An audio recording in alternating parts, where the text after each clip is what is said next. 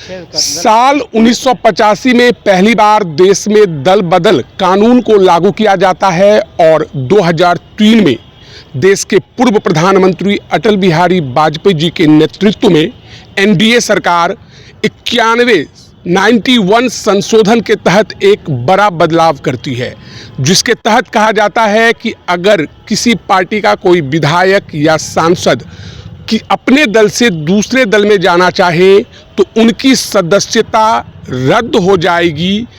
अगर रद्द नहीं होती है तो उन्हें 2/3 बहुमत से दूसरे पार्टी में शिफ्ट होना होगा।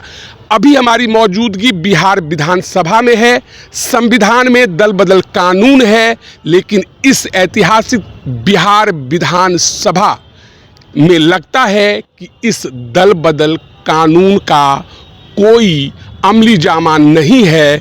नहीं तो महागठबंधन सरकार टूटने के बाद तेजस्वी यादव की पार्टी के कुछ विधायक नीतीश कुमार के समर्थन में आ गए थे और अब तक उनकी सदस्यता बरकरार है, रद्द नहीं किया गया है।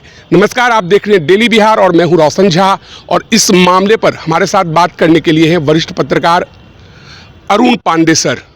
सर, आज आप सदन में थे।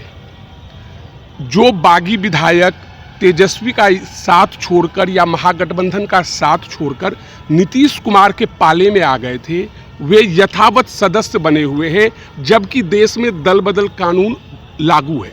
देखिए, थोड़ी प्रारंभिक चर्चा में थोड़ा सा और अतीत को इसको व्यूअर्स के दृष्टि से अपडेट कर देते हैं। 1985 में तत्कालीन प्रधानमंत्री राजीव गांधी ने राजनीतिक शुद्धता के लिए ये जिस ढंग से दल बदल हो जाया करता था, और अब हरियाणा में हम चीफ मिनिस्टर भजन लाल का उन दिनों याद करते हैं, आया राम गया राम, ये एक सिलसिला चालू हो गया था। तो इसको रोकने के लिए पहली बार कानून बना, और कानून में संशोधन तो पहले कुछ और था, वो थोड़ा और लिबरल था कि वो बदल लेते थे लोग। बाद में तो अब इस्तीफा कराकर भी दल बदल कराया जाने लगा, खासकर ये अभी बीजेपी के राज में। लेकिन अटल जी के कार्यकाल में उस कानून में संशोधन करके ठीक ही कहा आपने कि 2/3 सदस्य जब डिफेक्ट करेंगे पार्टी से तो फिर कोई नई पार्टी नहीं बनाएंगे, उनको किसी ग्रुप बनाएंगे तो नए दल में जाना है, और अकेले किसी को तो छूट ही नहीं है। एक बार जो आप अकेले पाला बदलते हैं, पार्टी का भी का उल्लंघन करते हैं, तो आपकी मेमोरी चली जाएगी। सदस्यता रद्द हाँ, हो जाती वही है। कहते हैं स्वतः। आखिर स्पीकर को संज्ञान लेना होगा, स्पीकर फिर उसकी सदस्यता समाप्त करने के लिए आदेश। स्वतः का मतलब है स्वतः अपना कार्रवाई इन्वाइट करना, लेकिन अंततः तो सभा प्रोसीडिंग होगी। हाँ, प्रोसीडिंग होगी, और उसके लिए अभी दल बदल कानून में स्पीकर को ही कानून ने सब कुछ अधिकार दिया, हाँ दिया हुआ है। लेकिन अब तो सुप्रीम पावर मिला हुआ है, सुप्रीम तरीके से काम करने की छूट नहीं मिली हुई है मनमाने ढंग से। हाई कोर्ट और सुप्रीम कोर्ट हस्तक्षेप करता रहा है, और कई ऐसे फैसले आए जो खासकर महाराष्ट्र मामले में हमने देखा है। कई राज्य, बिहार में मुझे याद है कि यहाँ ज्ञानू सिंह एंड अदर्स 4 सदस्य थे। अब वो हाई कोर्ट में तत्कालीन स्पीकर उदय नारायण चौधरी ने तब मुख्यमंत्री साथ ही थे, और उस समय मेमोरी समाप्त कर दी गई 4 सदस्यों की।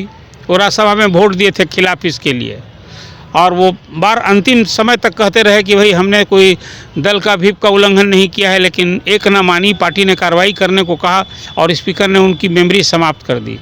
सिंगल बेंच हाई कोर्ट से स्पीकर के इस कार्रवाई को निरस्त कर दिया कि नहीं, ये आपने दल बदल कानून में जो मीन किया है उसके विपरीत आपने आचरण किया है। फिर डबल बेंच में अपील गए, विधानसभा गई, और डबल बेंच से फिर वो स्पीकर की कार्रवाई को सही माना। फिर सुप्रीम कोर्ट में ये लोग गए, विधायक गए सुप्रीम कोर्ट में, तो सुप्रीम कोर्ट में रिलीफ मिल गया। मतलब हाई कोर्ट में ने जो 2 बेंच ने, चीफ जस्टिस का कोर्ट था, और देन स्पीकर की कार्रवाई को सही ठहराया था, उसको सुप्रीम कोर्ट में फिर उलट दिया।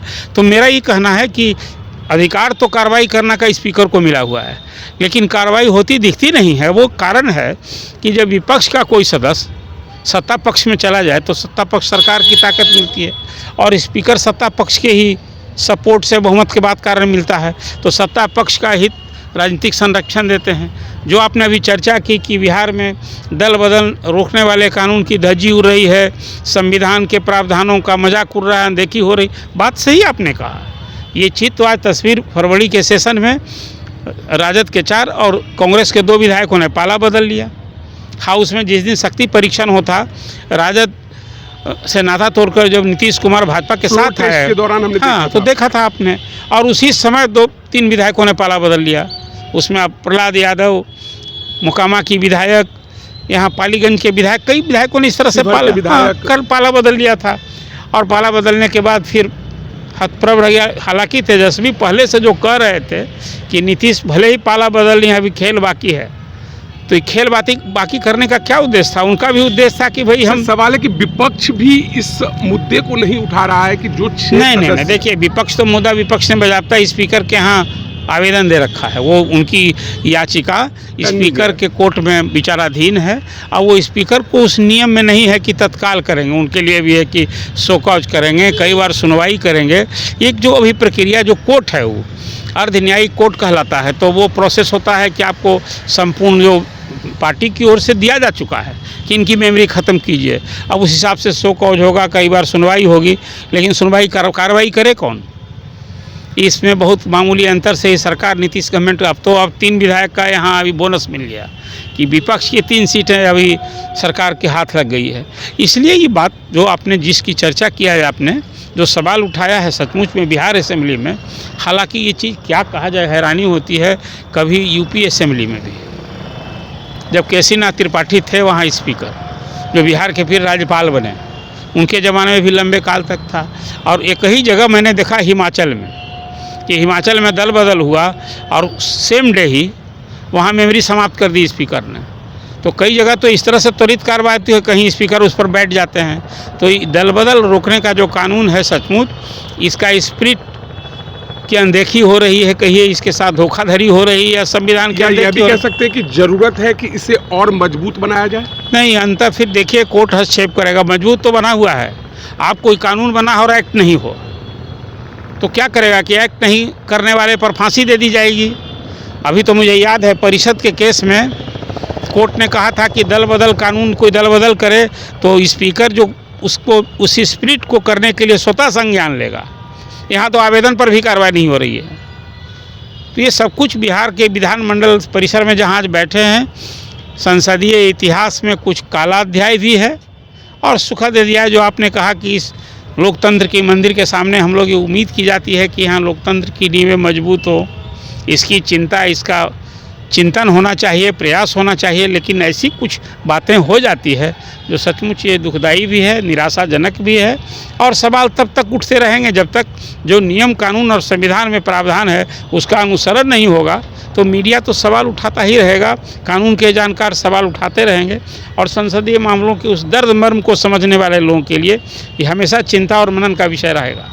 सर, एक सवाल ये भी बनता है कि सत्ता पक्ष के लोग हो या विपक्ष के लोग हो, बंद कमरे में सभी यह कहते हैं कि नीतीश कुमार कानून के पैरोकार हैं। और जब वाजपेयी जी ने दल बदल कानून को मजबूत बनाया था, तो अगर मैं गलत नहीं हूं तो नीतीश कुमार कैबिनेट मिनिस्टर हुआ करते थे और नीतीश कुमार बार बार कहते हैं कि वाजपेयी जी के दौरान हमने काम किया हुआ है। तो क्या लगता है कि नीतीश कुमार भी चाहते हैं कि दल बदल कानून का जो ये है यहाँ पे ना देखिए, आप तो कुछ ऐसी बात कर रहे हैं कि ऐसा लगता है कि नीतीश कुमार राजनीतिज्ञ नहीं साधु सन्यासी हैं। आपके अब वो राजनीतिक हैं, यहाँ राजद को टूट गया था। जब 2/3 की चर्चा की थी आपने, तो राजद विधायक में 12-13 विधायकों में जब उनके स्पीकर ने एक ग्रुप को कौन सा कानून लागू होता था? ये नीतीश कुमार के ही देखरेख में हुआ था, उस समय के स्पीकर ने किया था।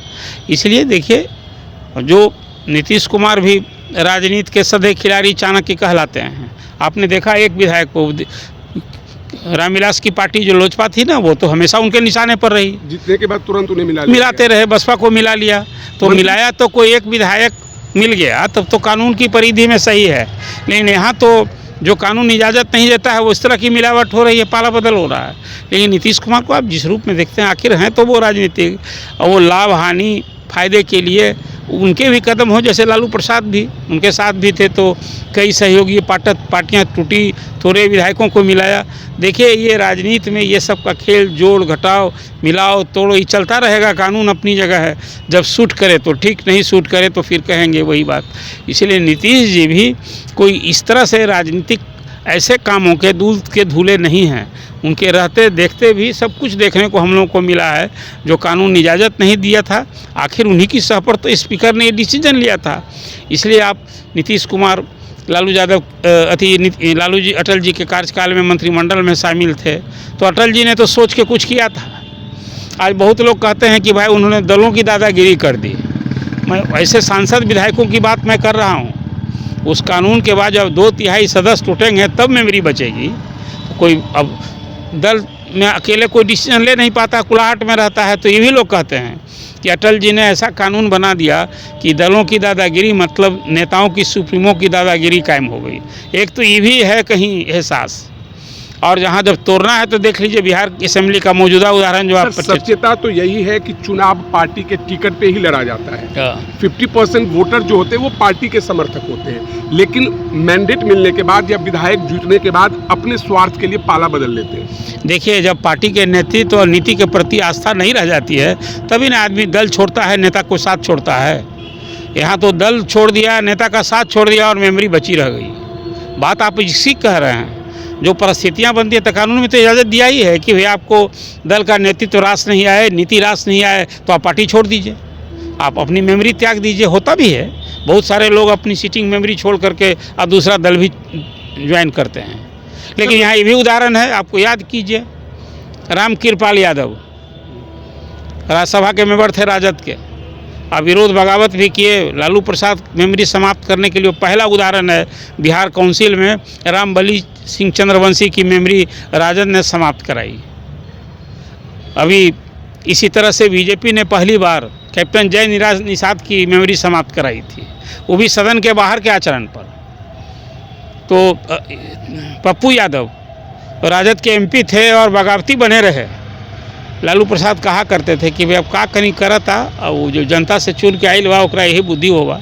लेकिन ये पहली बार मैं देखने को मिला कि जो मेमोरी ख़त्म कराई और फिर सीट भी हाथ में ली, वो सीट बोनस में जदयू को मिल गया। उसी सीट से भगवान कुशवाहा बने हैं इस बार में, जो खाली हुई रामबली सिंह के चंद्रवंशी के सीट से। तो यही जो मैं आपसे बात कहा कि राजनीति में कुछ ऐसी चीज़ें होती रहती हैं और हर नेता पार्टी कुछ अपने हिसाब से, अपने सुविधा के हिसाब से जोड़ घटाव गणित सब कुछ करता रहता है।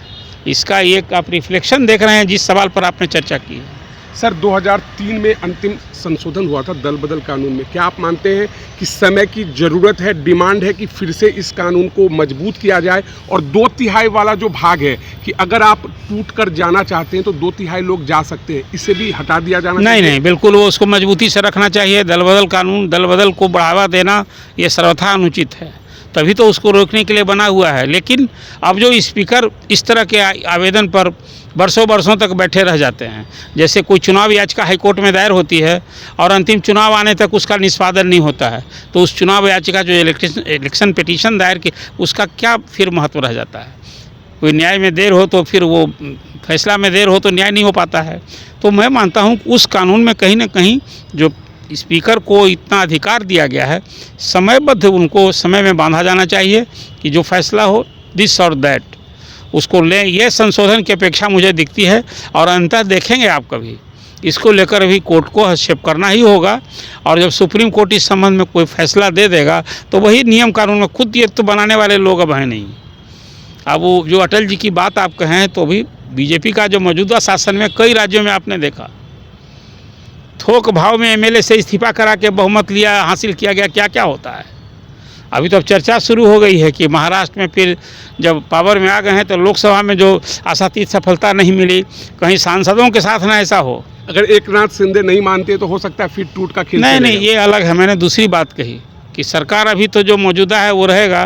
कहीं जो सांसद जो लोकसभा के चुनाव में वहाँ एनडीए को बहुत अच्छा नहीं हुआ है, तो कौन ठिकाना है कि सांसद इस्तीफा दें और फिर एनडीए के फोल्ड में आ जाएं। आखिर 5 साल तो वहाँ महायुति की सरकार रहने वाली है। तो वहाँ की राजनीति और कोई वहाँ की जो राजनीति है ना, उसमें जैसे कहते हैं बाहुबल, धन बल और जाति बल वाला, कुछ महाराष्ट्र जैसा धनी मानी प्रदेश में राजनीति में भी कुछ इस तरह का धन का बड़ा खेल है वहाँ। ये आम चर्चा है। तो चलिए, सर ने इशारों में ही कह दिया कि यह राजनीति है, यहाँ कोई ईमानदार नहीं होते, चाहे नीतीश कुमार हो या कोई और। तो बहरहाल इस वीडियो में इतना ही। अगर आप हमारा ये वीडियो यूट्यूब पर देख रहे हैं तो सब्सक्राइब कर लें, फेसबुक पर देख रहे हैं तो हमारे पेज को लाइक करें। धन्यवाद।